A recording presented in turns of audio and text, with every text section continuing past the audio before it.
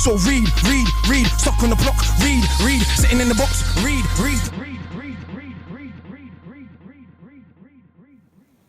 What's going on, people? This is Akala, and this week's book, you could do weights with it. It's a little dumbbell. Millenium by Felipe Fernandez-Armesto.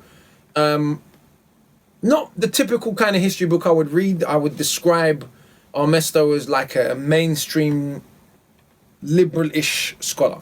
He's like a centre-left scholar. It's a comparative history of the empires of the world. He doesn't give preeminence to Europe.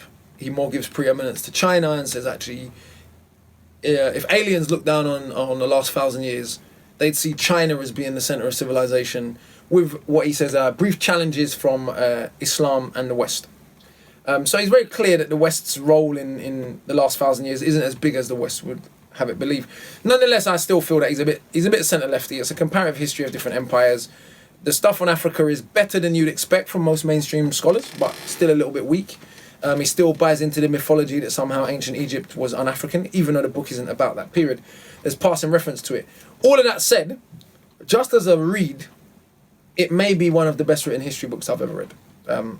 Might even be the best written history book in terms of entertainment.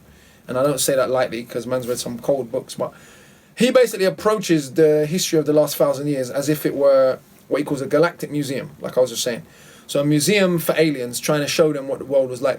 But through different items, little things, animals, flowers, whatever it be, he tries to give you a taste and a sense of what it might have been like to live in all of the different empires, or most of the major different empires of the last 1,000 years.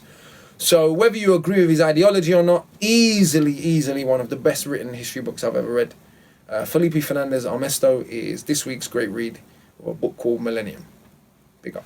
So read, stuck on the block, read, sitting in the box, read.